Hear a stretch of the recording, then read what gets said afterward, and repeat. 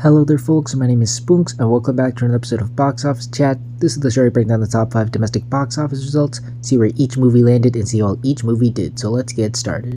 Number 5 was The Strangers Chapter 2, opening with $5.8 million this weekend domestically and $6 million worldwide. I didn't bring this up last week because I had very low expectations for this film. The previous entry in this franchise wasn't really well received. It did fine for what it was, but again, not a lot of people really enjoyed it, so I wasn't expecting a bigger turnout for this, and I was right to think so because not as many people went to go and check this one out as they did the first one. I didn't see a big marketing push. I didn't see a lot of hype or interest with this film like I did with the first one. Not to say that that was like a big event or something, but you know, it caught some people's attention. This one, I just don't think there was much interest for this movie really, and those who have seen it do not like it. Critics hate this movie. Last I checked, it was at 19% on Rotten Tomatoes, which that's really bad.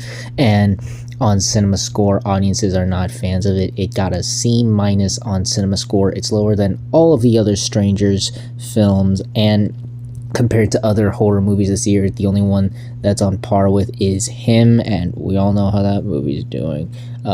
Benefit here is that it wasn't an expensive movie to make. It only costed $8.5 million. It'll make that back. Even if it has a catastrophic drop, it'll make that back, so it won't be a too big of a money loser, but still, it's not going to do anything stupendous or anything really. It just kind of seems like a big old dud right now. Number 4 was The Conjuring Last Rites, making $6.7 million this weekend, bringing its domestic total to $161 million and its worldwide total to $436 million. As expected, The Conjuring is still crushing it right now as we get closer and closer to Halloween. I mean, October literally is this week, so I expect we will continue to see some softer drops as we get closer and closer to the spookiest time of the year, and I definitely think this movie's really gonna benefit from that, even if it came out a month prior to spooky season. It's clear that a lot of people are in the spooky spirit of the holiday, and again, the movie's reaping the rewards. It's certainly gonna crack 180 million domestically and 450 million worldwide. I think it's gonna miss those big milestones. People expected it to cross 200 million domestic and 500 million worldwide. I do think, while it's not falling off the face of the earth or anything, we're in the slowdown period. We're gonna be getting a lot of horror movies, obviously, as we head closer to Halloween. But still, though, the fact that this movie has just dominated to this degree is still like absolutely insane to think about. It's the biggest movie in the franchise, and I don't think anyone was really expecting the movie to crush it like this movie did. Just absolutely insane performance for The Conjuring Last Rites. Number 3 was Demon Slayer Infinity Castle, making $7.1 million this weekend, bringing its domestic total to $118 million and its worldwide total to $602 million.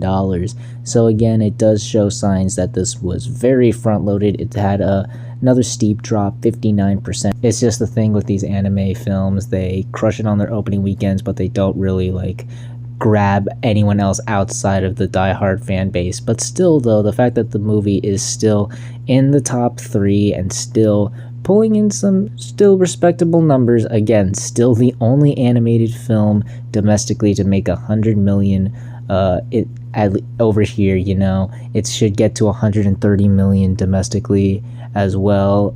It does seem like it has that repeat value for like the diehard fans, and maybe there's a little bit of curiosity with some casual moviegoers given the reception and word of mouth for it. It's just, you know, not expanding like other like well-received animated or just original movies do in general. But still, though, this has just been an insane juggernaut of a film. I mean, look at those international numbers. My goodness, it's a behemoth of a film, and it does make me question how the other two movies are going to do, how bigger they're going to get, and if they're going to be able to top this, which is a possibility, but to what extent, So yeah, going to be interesting to see what happens with those two movies, as this one has definitely surprised and really done a fine, swell job, Number 2 was Gabby's Dollhouse the Movie, opening with $13 million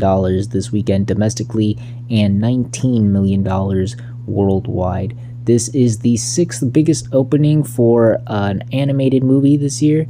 It tops Smurfs, Nudja 2, The Day the Earth Blew Up, a Looney Tunes movie, and Night of the Zoopocalypse, but still sits behind The King of Kings, Elio, The Bad Guys 2, Dogman, and Demon Slayer, and it's the 10th biggest opening for a family film this year. It knocks Paddington in Peru out of the top 10, but it still sits behind The King of Kings, Elio, The Bad Guys 2, Freakier Friday, Dogman, Snow White, How to Train Your Dragon, Lilo and Stitch, and a Minecraft movie. So yeah, I can't say I'm a bit surprised on how this movie did. Again, I wasn't expecting a huge turnout, given that, well, yes, it is an animated movie, a family movie, first one to come out in theaters in a while. It was definitely aiming for a much, much younger audience, so it just didn't have that wide appeal, that would grab more people, and I guess it just wasn't as widely popular as like the Paw Patrol movies, particularly the sequel, as that one had a much bigger opening than the first one, because that was a hybrid release during the pandemic, but still though, for a $32 million movie, this isn't that bad, and for a movie that wasn't really marketed as much as some other kids movies, and again aiming at a much younger audience, it's still not a bad opening. I doubt anyone involved with the project is upset over the movie's performance, really. Again, I think maybe had they given it a bigger marketing push, it probably could have reached those Paw Patrol 2 numbers, because again, the show is massively popular on Netflix. I think there's just not as much awareness from I guess the die-hard Gabby's Dollhouse fans, are just young kids in general, or just they wanted to, because it's based off of a Netflix show, maybe they just wanted to wait till it drops on Netflix. But people who are seeing it are really liking it. Critics like it for what it is. It was in the high 70s last I checked on Rotten Tomatoes, but audiences are really enjoying this movie. It got an A+. You heard that right, the coveted A+ on CinemaScore.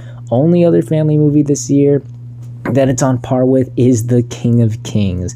I guess that goes to show you what unites moviegoers, Jesus and cats. So I'm curious to see what the movie does in terms of its legs. It is going to be the only kids movie out until Wicked and Zootopia in November, so plenty of time, plenty of room to grow. Maybe it does widen its audience, or maybe those, again, diehard Gabby's Dollhouse fans finally realize it's out and go rush it to see it. But again, it's not like this movie needs a whole lot to make back to be successful. Again, it's only $32 million, so this is a fine enough opening as is. And finally, let's end the video off with the number 1 movie of the weekend, which was One Battle After Another, opening with $22 million this weekend domestically and $48 million worldwide. So unfortunately, it did not seem to get the bump that Sinners and Weapons got on their opening weekends. As many of you remember, those movies were critically acclaimed, and I think that definitely boosted those movies' box office performances for sure. And then the audiences went to see it, and that just garnered interest for those movies even more so. So the numbers kept going up and exceeding the expectations for the film's box office performance. Here, it just didn't happen. It was critically acclaimed by all who have seen it, and we will talk about the audience reception later. But long story short, people really like it, but unfortunately it just did not get that bumper increase that we saw for those movies. I just don't think there was as much interest as many people were hoping there would be. It's got a star-studded cast and the critical acclaim. This is looking to be a big player during awards season, but I just think they weren't able to sell it as well to the general public, or there just wasn't as much interest to go and check this movie out, unfortunately, which is a shame, because again, people who have seen it have been really digging it. And what's even worse is that the movie is really, really expensive. This is a movie that's said to be at least $130 million. It is going to need all the help in the world if it wants to even come close to being financially successful. So that's going to be interesting. What could help it, though, and I'm putting that in quotes, because it's still a long shot, but the reception, again, this has been a critical darling of a movie. Last I checked, it was at 96% on Rotten Tomatoes. Again, many people hyping this up. It's going to win Best Picture. It's going to sweep through awards season. The film community is eating this up, and audiences also seem to be enjoying this a lot. It got an A on CinemaScore, which is a really good sign. It shows that people are liking this and responding to it very well, so hopefully that boosts its chances to becoming a sleeper hit. But again, given the budget, it just was way too expensive. I doubt this will become financially successful. Maybe best case scenario, it does what Mission Impossible did, where again, that movie was just way too expensive, but through the positive word of mouth, it was able to do better than what I think most people were expecting to, regardless, considering the budget. Not regardless, but considering the budget. So hopefully that happens with this movie here, because again, the reception seems very strong. People have been hyping this up, but it just doesn't seem the interest was there. Hopefully this is more backloaded than front-loaded, but yeah, gonna be interesting to see where this movie heads down the road. I'm very curious. Hopefully it trends upward, but I have my doubts on that. So, and those were your top 5 domestic box office results for this weekend, but we're not quite done yet, as we got another week ahead of us and new movies hitting theaters. And while we got plenty of new wide releases like Good Boy, the re-release of Avatar 2, and The Smashing Machine, the one movie that I think is really going to deliver this weekend is the release party of a Showgirl. That's right, Taylor Swift is back in movie theaters with, I guess, the debut of a new song or album, and she's hyping it up by playing it in movie theaters across the country. And of course, the Swifties are rushing in droves to go and check it out. Apparently the pre-sales and tracking are through the roof, despite it only being in theaters for just this weekend. A lot of the Swifties want to go check this out. So yeah, it's pretty much just to a lesser extent the Eras tour. Don't expect like record-breaking numbers, but like still expect something unexpected here, given the power and strength of the Swifties. This is without a doubt going to be the #1 movie this weekend. Yeah, just not much more else to say. I have a lot of expectations that this is going to crush it this weekend. Yeah, Swiftie mania for sure at the movies, but we'll see how well this movie truly does, as well as the rest of the movies that land in the top 5 on the next Box Office Chat. And that's going to do it for this week's episode of Box Office Chat. What did you all think of the results? Were you satisfied, unsatisfied? Comment down below and let me know. If you like this video, hit the like button. If you like this channel, hit the subscribe button.